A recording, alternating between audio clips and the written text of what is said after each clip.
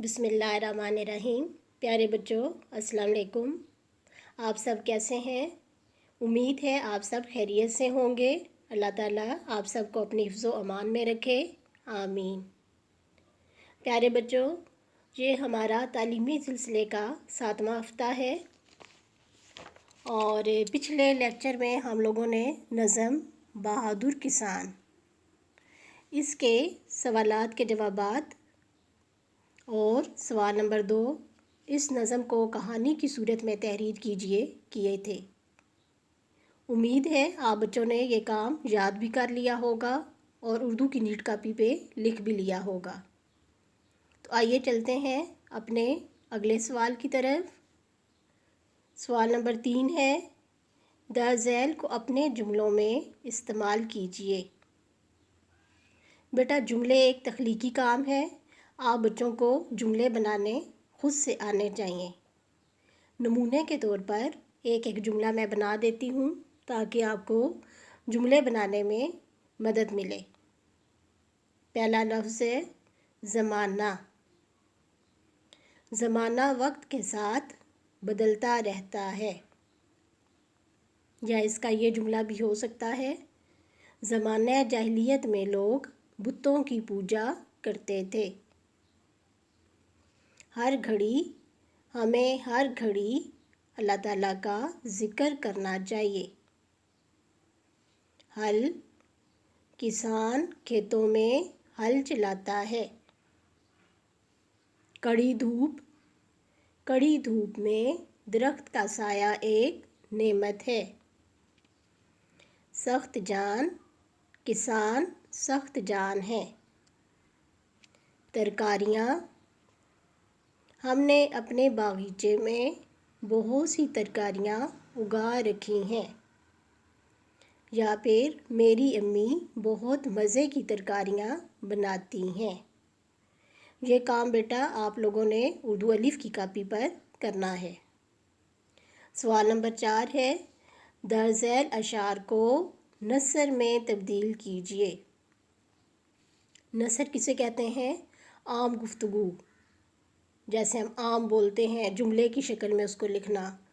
شعر بچوں کو پتہ ہے کہ 2 لائنوں میں لکھا جاتا ہے، لیکن اس شعر کو عام جملے میں تبدیل کر دینا نثر کہلاتا ہے۔ نثر کرتے ہوئے بچوں نے اس چیز کا خیال رکھنا ہے کہ نثر میں جملے چھوٹے چھوٹے ہوں اور ہر جملہ مکمل ہونا چاہیے، اور اپنے اگلے جملے سے اس کا تعلق ہونا چاہیے۔ تو یہ آپ کی سہولت کے لیے میں نے یہاں پہ ان اشعار کی نثر کی ہے تاکہ آپ بچوں کو سمجھنے میں آسانی ہو۔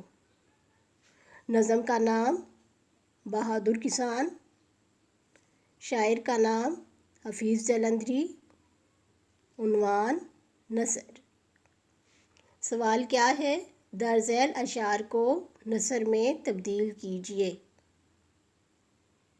یعنی نظم بہادر کسان میں سے آپ کو چند اشعار دیے گئے ہیں جن کو آپ نے نثر میں تبدیل کرنا ہے۔ پہلا شعر ہے سارا زمانہ ابھی سو رہا، مگر اس کا یہ وقت ہے کام کا۔ آپ بچوں نے دیکھا کہ شعر 2 لائنوں میں نے لکھا ہے۔ اب اس شعر کو عام جملے میں تبدیل کروں گی تو وہ کیا بن جائے گی؟ نثر۔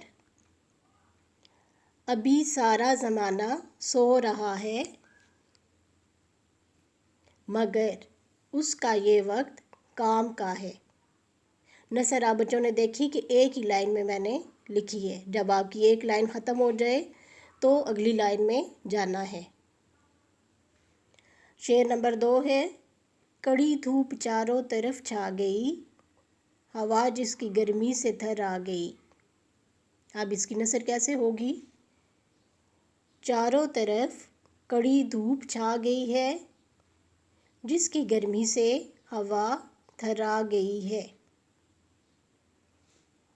تیسرا شعر ہے دنیا کی جنت فقط اس کے پاس، یہ محنت سے کرتا ہے سب کام راز۔ اب اس کی نثر، دنیا کی جنت فقط اس کے پاس ہے اور یہ سب کام محنت سے راز کرتا ہے۔ آپ بچوں نے دیکھا جب میری یہ لائن مکمل ہوگی تب میں اگلی لائن میں آئی، اور اس شعر کو ختم کر کے میں نے اسے سادہ جملوں میں تبدیل کر دیا۔ امید ہے آپ بچوں کو نثر کی سمجھ اچھے طریقے سے آ گئی ہوگی۔ بیٹا آپ بچوں نے یہ کام اردو الف کی کاپی پر بالکل اسی طرح کرنا ہے۔ یہ تھا ہمارا آج کا کام۔ اللہ حافظ۔